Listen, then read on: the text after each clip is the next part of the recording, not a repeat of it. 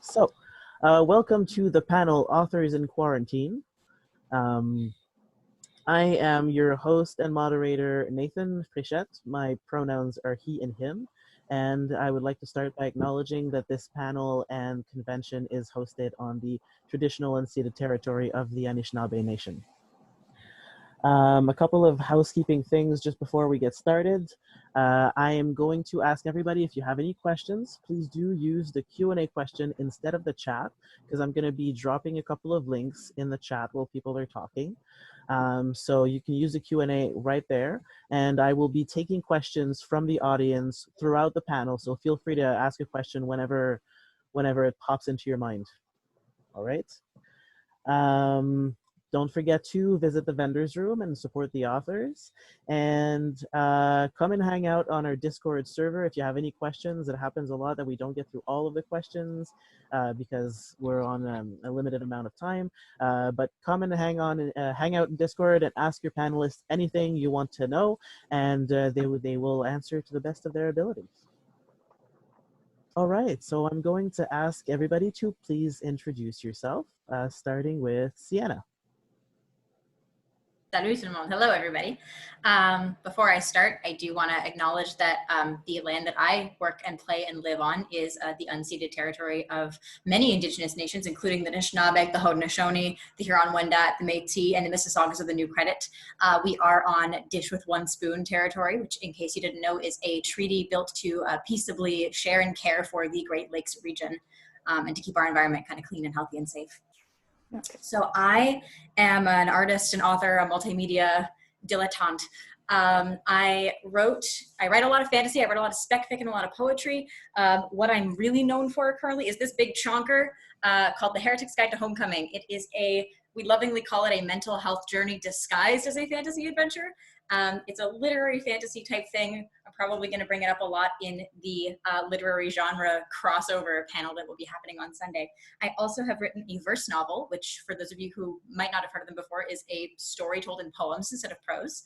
It's called The Insomniac's Assistant, and it's out with Penrose Press. Other than that, I am one half of the Shale Project. If anyone saw Avi on a panel earlier, they know a little bit about that. It's a multimedia storytelling initiative, roughly in the shape of a planet, is what we call it. So everything we have, compositions, we have music, we have illustrations, we have books, short stories, and we're always kind of sticking our irons in more fires to try and tell the stories that we're passionate about. So that's a little bit about what I do. I'm a bit all over the place in the literary community. I also work with the Word on the Street Toronto, and I served a short stint at Dundurn and had a wonderful time there. So yeah, that's me.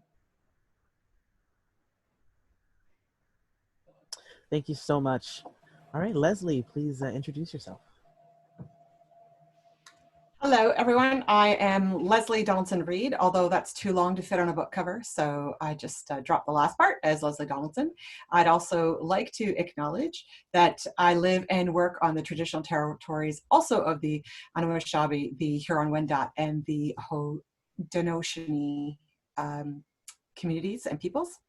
And I am a fantasy author, space fantasy, magic sword and board fantasy, predominantly, but I do dabble in horror. I have a series, as you can see behind me, starts off with The Queen's Viper, and The Wrath of Atticus is the sequel. Queen's Viper was a 2016 Kindle Book Award semifinalist. I've also been published both internationally and nationally in Canada by small and micro press.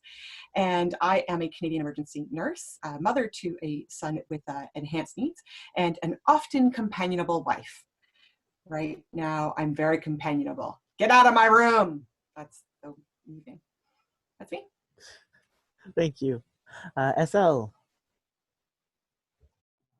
Hi, my name is SL Huang. I grew up on the land of the Lenni Lenape, and I currently live and work on the land of the Kickapoo, Peoria, Potawatomi, Menominee, Miami, and Sioux people. I apologize, the sun literally just went down between last panel and this panel, so I'm trying to get more light on myself here. I am a science fiction and fantasy author. I'm the author of the Cass Russell series with 4 books, starting with Zero Sum Game, They are about an anti-heroine who can do math really, really fast, and she uses it to kill more people than is strictly polite, as you do with math. And I'm also the author of Burning Roses, coming up in September. It's a fantasy about Little Red Riding Hood and Ho Yi the Archer as two queer middle-aged women having adventures and shooting at things. I have a brand, apparently. And I'm excited to be here. Thank you so much. Caitlin. Oh, you're muted. Okay, so let's try this again. I'm a little nervous. I haven't done one of these panels online before, but yeah, thank you, Nathan, for putting this all together, first off. And I would like to acknowledge that I live on the land of the St. Lawrence Iroquoians, the Anishinaabe, the Huron-Wendat, the Algonquin, and the, I'm so sorry about how I'm pronouncing this, Haudenosaunee. I'm very sorry about that. I'm still very new to learning all this stuff, but I'm trying. All of you guys are amazingly talented people. I can say I have one book to my name. I have many short stories, but this is my novel, from Life After Redby, from Renaissance Press. And it was picked up a couple years ago by Nathan, who is just the best person in the world, I have to say. And it is a story about a woman who is trapped in a zombie testing ground and discovers that there's not just a zombie virus going around, there's a cure to the zombie virus. So she spends 10 years dying, undying, and doing it all over again. And yeah, this book covers just the first year of her life there. Thank you so much. All right, Serdar, is that how you pronounce your name? Serdar is fine. Serdar, thank you, sorry. Serdar Yegulalp, that's a Turkish name, by the way. Although I currently hail from the lands of the Seminole, otherwise known as Florida. Please don't hold that against me. I run my own private imprint, Genji Press, which is soon going to be renamed Infinimata Press. That's going to project that actually got put on hold because of COVID-19, among other things. And I write science fiction and fantasy under that label. And my most recent project was Always Outnumbered, Never Outgunned, which I have described to people as what would happen if you took Goodfellas and you smushed it together with Strange Days. For those of you who don't know that one, go look it up. And I've got several other books to my credit, stretching back about 15 years, so I've been at this a while. And my day job is I write about computers for a living, but I actually enjoy that. So I'm not in any risk of dying of boredom from, from the thing that actually pays my bills. That's good. Thank you so much. Madona. Yeah. Hi there, my name is Madona Skaff. I'd first like to acknowledge that I've grown up and lived on the traditional unceded territories of the Algonquin Anishinaabe Nation. I'm a science fiction and mystery author, and I'm also the author of the Naya Investigates book series by Renaissance Press, where my protagonist has MS. The first book is Journey of 1,000 Steps. Oh, there it is. That's where Naya searches for her missing friend. The sequel is being launched by Renaissance Press tomorrow at 6 o'clock. Is called Death by Association. And this time our unstoppable heroine goes after a triple murderer. I've also published several short stories, and most recently is the supernatural mystery Soul Behind the Face, which appears in the Key of 13, an anthology of music and murder, and also Backbone, which appears in Nothing Without Us, an anthology featuring disabled characters who are the heroes and not the sidekicks. And I have 4 more of the short stories in volumes 1 and 2 of the whole shebang. And they're mystery stories. So you can find, all these in the dealer's room and links of where to find them. So that's it. Awesome, thank you so much. So my first question is, it's been said that Shakespeare wrote King Lear during a pandemic. How productive have you been? And there's no wrong answer to this. So talk to us about how the pandemic has affected your writing. All right, since she went last, let's go with Madona first. Uh-oh, did I lose everybody It's again? We Sorry. got you back. That's all right. Productivity is a very loaded word. Something out. So thank you for the deadline, Nate. I really appreciate it. And I'm also training for a half marathon. So I'm very conscious about my physical and mental well-being. And that is part of my creative productivity as well. Because if I'm not doing these physical things to look after myself, then I don't get out of bed in the morning, and I am not being good to myself creatively. Last little thing I'll mention is that because I am a nurse, people were reaching out to me and saying, I can make you a mask, there's not enough supplies. And that was wonderful that they did, but the masks that we can make in our homes are not good enough to protect me when I'm in the hospital working with people who are positive for this coronavirus. So I instead corralled those individuals, and I organize a volunteer group and make masks myself for people to wear in areas that are not being offered masks. So parents who have medically fragile children at home, who have visitors come to their house for care and therapy, those individuals won't necessarily have a mask. So I'm providing them for those families, because if they have nothing, then at least it's better than nothing for them if they choose to use it. And for a refugee clinic in Kitchener as well. So we have made about, collectively between all of us, about 400 masks for the community. So that's my productivity. That's amazing. How about Sienna? Sure, I'll jump in. It's funny that you mentioned that productivity is a loaded word. It really is. So quick, like backstory on my career right now in terms of my job and my income. I finished off a contract, last 2 weeks of it, work from home, and then basically was in job limbo for 6 or 8 weeks. Not that I didn't have one, but they could not afford to pay me. Responses, not just to the pandemic, but now to all of the police brutality and all of the blatant racism that's happening right now. It's hard to stay focused, but it's really caused me to reflect on my relationship with the concept of productivity, which I think is long-term really valuable as a creator and also as somebody who's trapped in capitalism currently. I absolutely agree. Also, I'm going to have to apologize. My internet is being super spotty, so I may drift away and back. So, you know, just ignore that and keep on. Madona. Well, productivity, I think I would have had a good excuse to just say, no, I can't write. But fortunately or unfortunately, I had so many deadlines when everything hit. And oh my goodness, it just started raining. Hang on. Close the window. Oh, I thought I could hear thunder, but anyways, yeah, so I had a lot of deadlines. So one was to finish up the novel for Nate, who was very nice about it, but I mean, you want to get it in on time.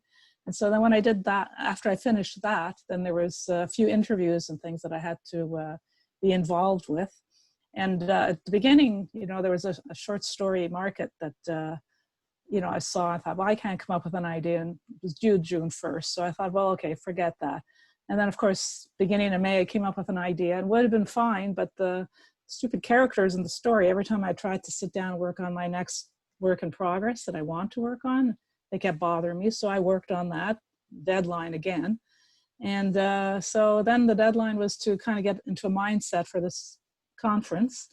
And so I won't know how my productivity is like without being pushed and held up in a corner and say, no, you must finish it until like, well, maybe Monday. So, but I'm actually, because you were mentioning about your husband at home. Luckily for me, my husband is at home, but he's able to work from home. And so in the morning, he's hilarious. He, you know, I wish him have a good trip. Don't drive too fast as he walks down the stairs to the basement. Lunchtime, he comes back up, eats 1 o'clock, is back downstairs. So it's just me and the dog left for the day. And I mean, other than her staring at me constantly, wondering why I haven't left yet, you know, she's okay, and I've been working. So, but that's all I can say. All right, thank you so much, SL. So yeah, I definitely have not written King Lear. That has not happened. I'm a full-time writer, so theoretically, nothing should have changed in my day to day.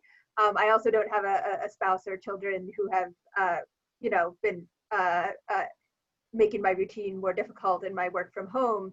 That has not at all been the case. You think, oh, well, you work from home every day anyway. You sit down at your computer and write. How is this different? It's so different. Like Sienna was saying, my emotions, my energy, everything, it's been incredibly harsh. And I've been at the opposite of my book production cycle as Madonna in the sense that I did not have a book deadline during this time. I've had a book release during this time, which I don't recommend. And I'm actually on the panel about launching during quarantine later in the weekend, or launching during a pandemic. But in a way that's been good because most release months, I don't do a lot of creative writing anyway because I'm so busy with, all the promotional stuff. But this time, of course, it's been, 1,000 times more complicated and difficult. Everything suddenly going virtual, suddenly we all have to adapt, and there's a lot more thinking and for trying to figure things out, researching, trying to go back and forth and scramble. The emotional knowledge that this release probably will not do very well because pandemic. There have been, major changes at my publisher because of the pandemic. And, there have been days I've been doing nothing but emailing back and forth to my editor. Who hasn't spoken yet? So I haven't gone. Caitlin. And Serdar. Oh, there we go. Okay, hi. I'm back. Okay, yeah. So it's been kind of weird for me because I'm in this paradox where I have so much more time than I used to have. I'm not driving into work in the morning. I'm not battling traffic. I'm not going out for beers after work. I'm not doing any of my usual social activities. I'm an introverted person who needs to be outside. Like that storm right now is so distracting for me because there's a little child in my brain going, why aren't you outside right now? So when the pandemic hit and we all shut ourselves inside, all of my social activities went away and all of the driving and everything else. And my brain's like, awesome, finally, I have dedicated writing time.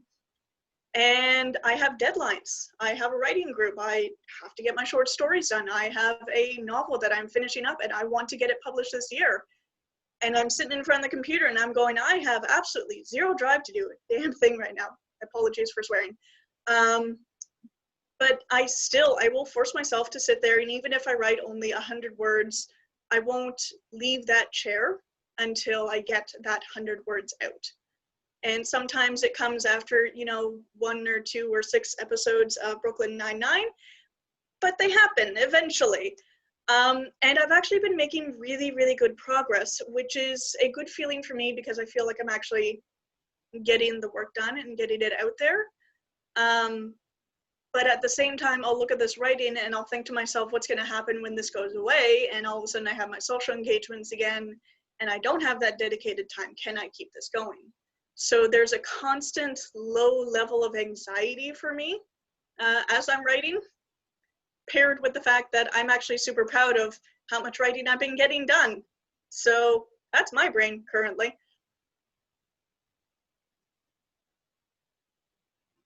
Thank you so much. Serdar. I actually feel like I had an unfair disadvantage going into quarantine because I've been working from home for about 20 years now. I lost in like 2001 or so, I had a full-time job where I actually went to an office, and I lost that, and then I started a career as a freelancer. And then when I got another full-time job after that, I was basically working from home, and everything I've had since then has been work from home. And that made me think that when all of this started, I said to myself, okay, I'm probably going to be a little bit better equipped for this than most people. And the truth is that while it was still better when not having to leave the house was an option. It was better when I had the choice When you don't have the choice, it's a completely different experience. It becomes very emotionally draining. It becomes very spiritually destructive. The good news is that when all this started, I was already in the final stages of finishing a current work. I was like on the last draft, and then I was, I had that going to the end of the work momentum already in progress, so that helped. And now that I've finished it, now that I'm about to hand it over to my copy editor, I've had to throw myself all the more vigorously into, okay, what's the next thing I'm going to work on to keep the momentum going? Because otherwise, I'm just going to sit there and stare at my knees all day. If I work from home, when I work from home, sorry, I do have a very rigorous division between when I am working and when I'm not working. So I have, I get up in the morning and I get myself at the computer at 9 and I log in and I tell my boss what I'm going to be doing that day on Slack. And then at 5 o'clock, I sign off. And then after that, that's when I deal with things like, okay, now we make dinner. And now I actually sit down at the machine for this block of time where I'm actually going to be doing creative work with a capital C. So this is very distinct segregation of work time from personal time, from creative time.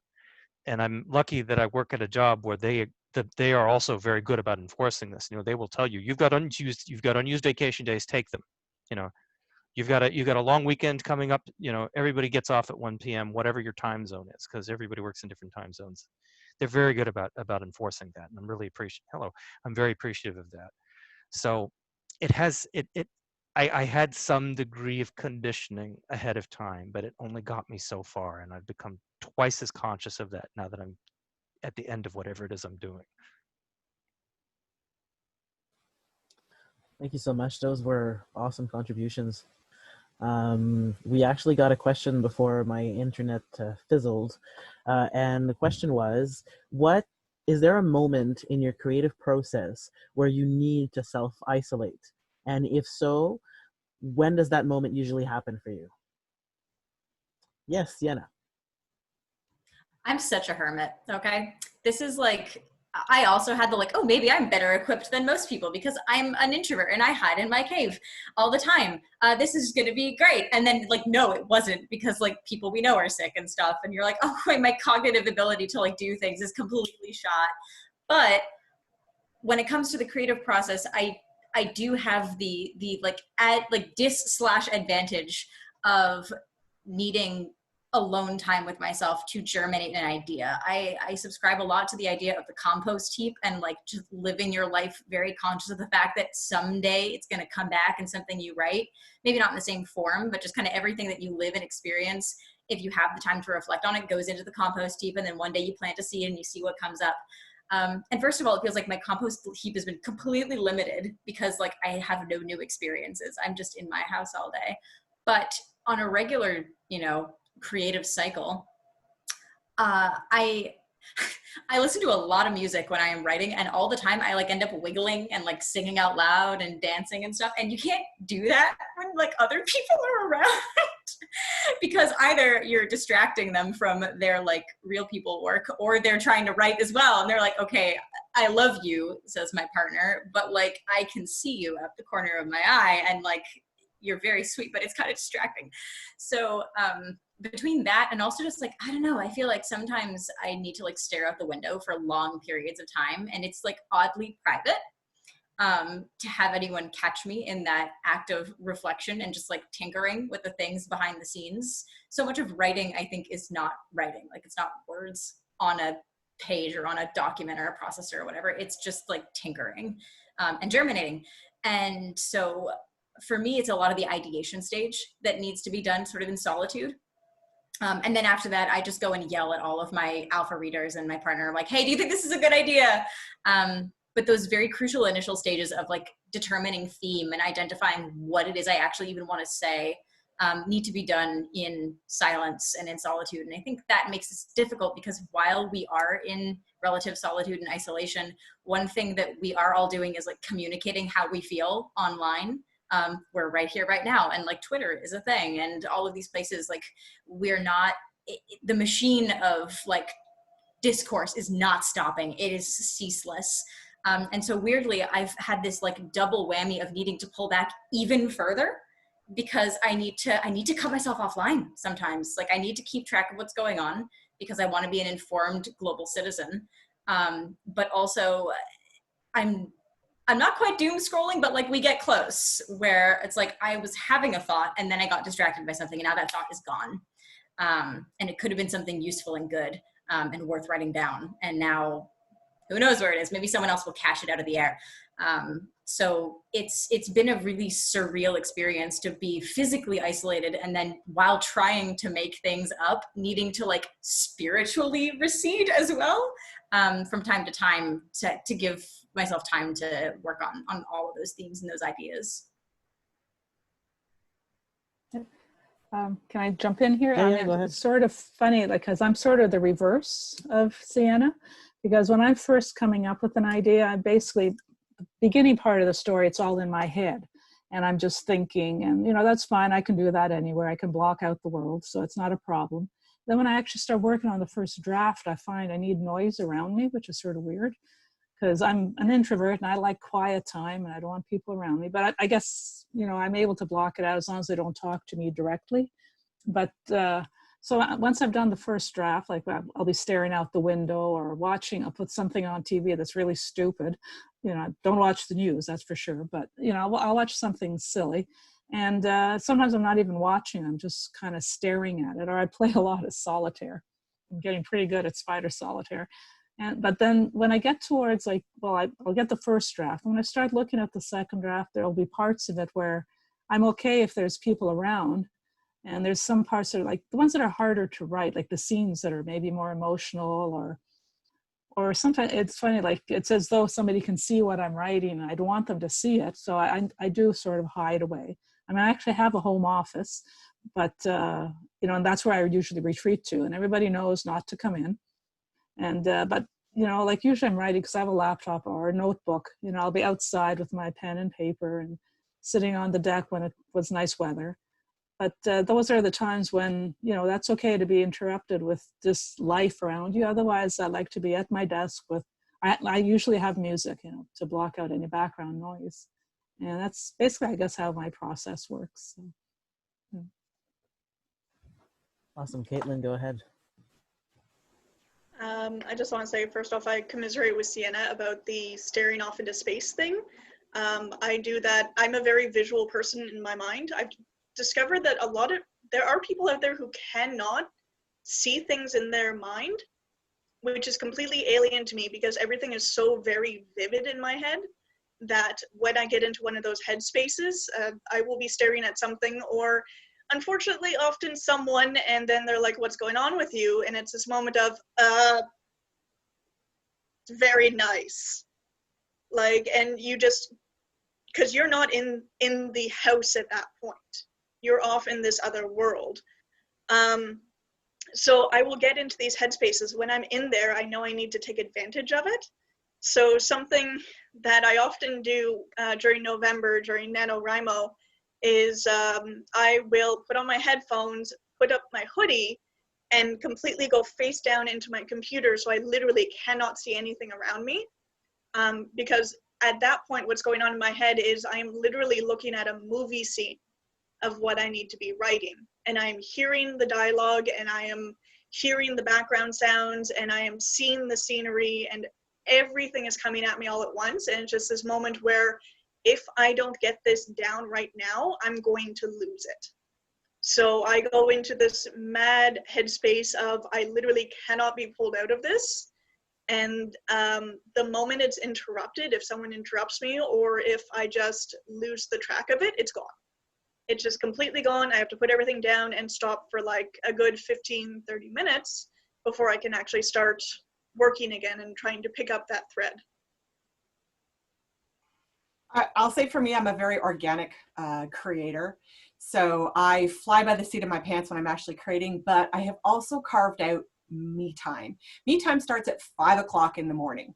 And whether I am just having a cup of tea and meditating and visualizing for my day, or I'm getting ready to do the workout so that I can write later in the day, I find that time, because there's nobody around, right? The insomniacs have usually fallen asleep by 4:30 that I know.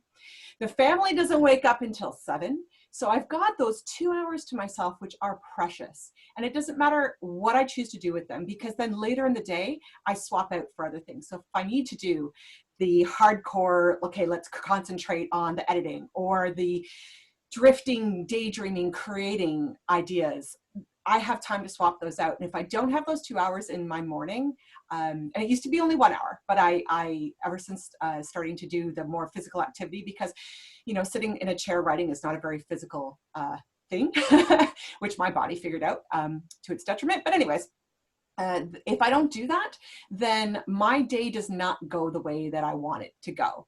And if there are times where the muse strikes, as the saying goes, and I have to focus on that particular thing, and I can at that moment, because sometimes, believe me, the muse has struck in the middle of me doing patient care, which is a bad time to stop and listen to your muse. Very bad time. I've had fights with my husband when, you know, you say, I'll be there in a minute, and like an hour later you haven't surfaced.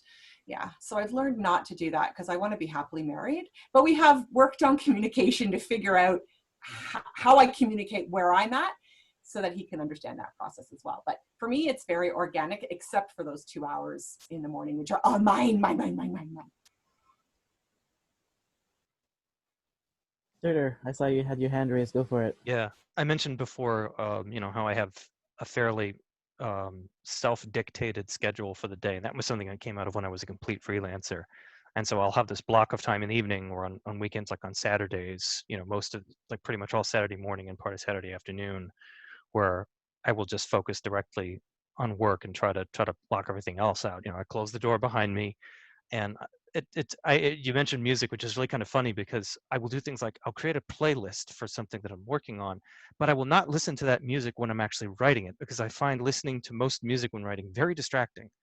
You know, there's this very specific playlist of things that I will listen to when writing, which is, you know, it's like Brian Eno and all this other stuff that's like really deep into the background, and, you know, not distracting at all. But when I get into that space, it needs to happen here in this room with this door shut. I can't take my notebook and go to a coffee shop or something like that. I just can't do it, because then what I want to do is just turn to the guy next to me and just start talking to him. You know, for an introvert, I can be very extroverted. And that's the problem, is that I do need this place where I can lock everything down in this very specific way and not have it disturbed. And out of that will come the things that need to happen. But I have to have a door that I can shut and put behind me. I guess I'm the only one left, right? I want to echo a lot of what Sienna and Serdar had said about, you know, being an introvert and needing this alone time, but the pandemic not being conducive to that at all. It's for me, and for a lot of other people I know, it's been really strange, this idea of, oh, we like being alone, we like being at home, we work from home even, maybe, and we need our alone time for writing, and yet this being so much not that. I also need to have my time doing other things, like Sienna was saying, to like have those sort of an influx of ideas sweeping by me and stuff, and the like Serdar was saying, this idea of choosing to be at home versus, and choosing that time when I'm alone instead of it being enforced on me. And online socializing is not the same for me, and it's something I am struggling with, because like you know, perhaps online video calls with like close friends can be, you know, very restorative, but the you know, going on Twitter as a replacement for, you know, in real life socializing where I would otherwise be going to a class or, you know, the park or something, or a museum, it's not, it's actually like quite destructive to me emotionally. So yeah, this has been a real struggle for this introvert who has worked from home and freelance for a very long time. So yeah, it's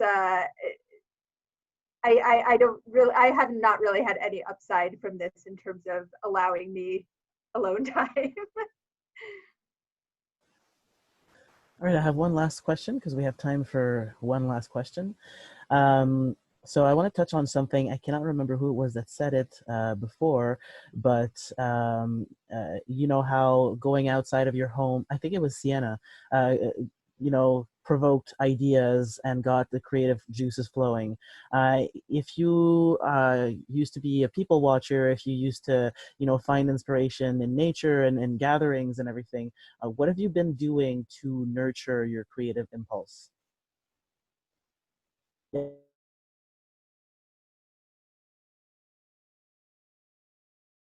Serdar, go for it. Oh, sorry. Um, One of the things that I had already been in the habit of trying to do was to get out of my bubble in terms of what I was consuming. Like one of the pieces of advice I give to people is that if you write science fiction and fantasy, don't read a lot of it. Or, you know, if you do read it, that's fine, but try and find aggressively as possible other things to read that are as far removed from that.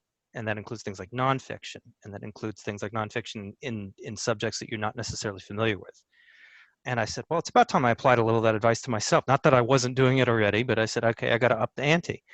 And that really helped, because then you're reading about things that are as far removed from your moment in time as possible, not in the sense that you're engaging in mindless escapism, but that you're reminding yourself that the present moment is so much bigger than just, you know, pain and suffering and misery and trouble and strife and all the rest of it.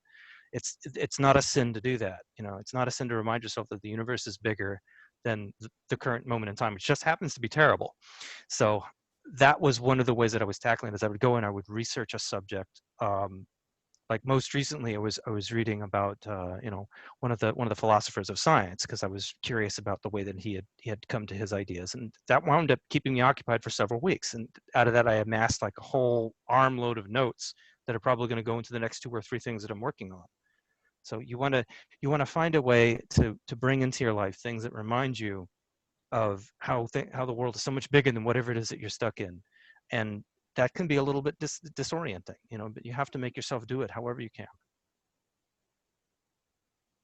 Yes, go for it, Sienna. Thank you. I just want to like somersault off of that, because I've been doing that and then even taking it, making myself even more like blissfully uncomfortable by going even beyond the medium that I'm comfortable with. Like I write, I also draw, and I help compose some stuff on the shale side of things. What I don't do is write video games.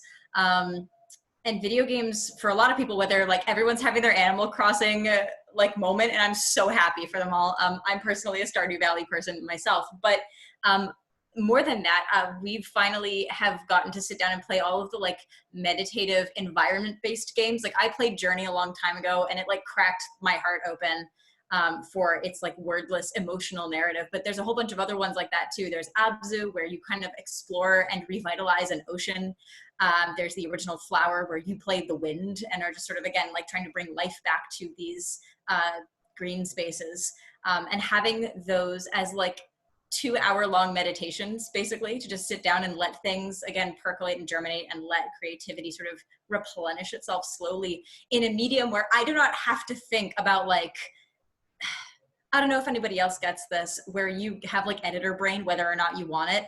Like you're just trying to read something for fun, and instead you start analyzing how this character interaction is going, or like that word choice, or is that semicolon supposed to be there? I think it is, but I'm not sure. That happens a lot for me when it comes to my sort of my home medium. And so I found it really, really restorative to step outside anything that I'm comfortable with in terms of how you tell a story. And finding like, Mary Robinette Kowal said something really interesting last weekend at the Nebulas about form versus essence. And I'm trying to sort of step outside the form of what is known to me, but still find a familiar essence in terms of, again, theme and emotional resonance and stuff like that. So I'm finding that just looking at stuff that I never would have allowed myself to indulge in otherwise is helping to really refill the well. Awesome. Yeah, Caitlin, go for it. Yeah, this is something I've actually struggled with, because I get my creativity from being out and looking at the world and being like, okay, what am I seeing right now? What am I smelling right now? What do I feel right now? And not being able to do that has it really caused me to kind of nosedive a little bit. I'm thankful that I had so many projects on the go already. I didn't really need to worry about new inspiration. But then I went back and I actually fell back on an old trick I used to use way back in the day. And it kind of follows off what Serdar said earlier about how I have how he has a playlist that he uses for his story, but it's not the playlist he listens to while writing. I have those playlists. I've got about 1 million of them. And I will just put on my headphones, put my head down, and let the music play through my head and just see what kind of scenes come up from that. And doing this and just going through my day to day has allowed me to actually develop a brand new story. I haven't done a spur of the moment, sit down, write a complete short story in one sitting in years. And I did it a couple weeks ago because just something came into my head. It was this little earworm and it wouldn't leave me alone. And I put on my headphones and I started listening to this music that was just perfectly keyed to what was starting to germinate. And I told my partner, give me 10 minutes and we'll play a video game. And then 11 p.m. I finished writing. But yeah, I've had to reimagine how to try and find that creativity. And honestly, I'm still kind of longing for the outside a lot. But I'm finding tricks. And so far they're working.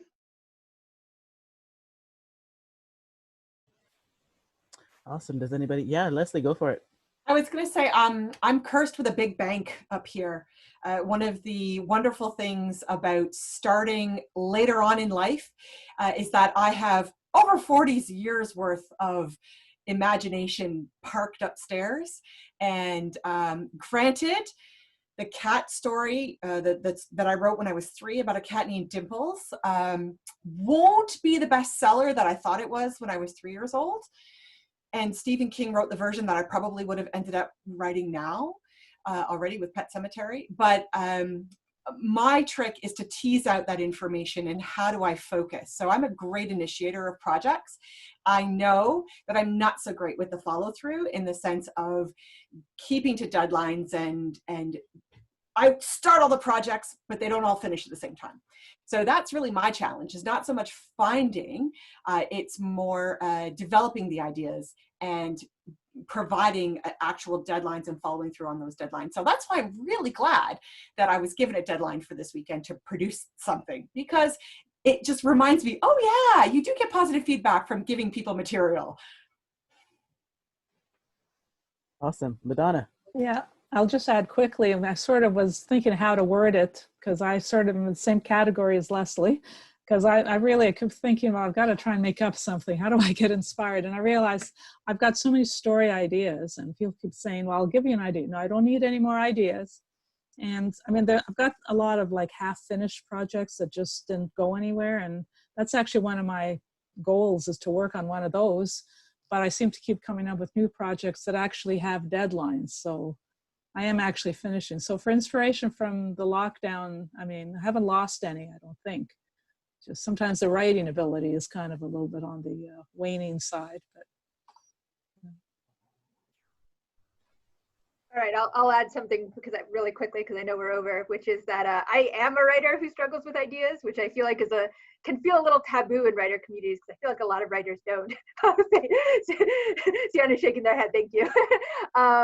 I have like a long document of like potential ideas, but a lot of them just don't hit for me, and I can't sort of get past that initial like, well, this would be cool, but they're not, just something isn't working with them.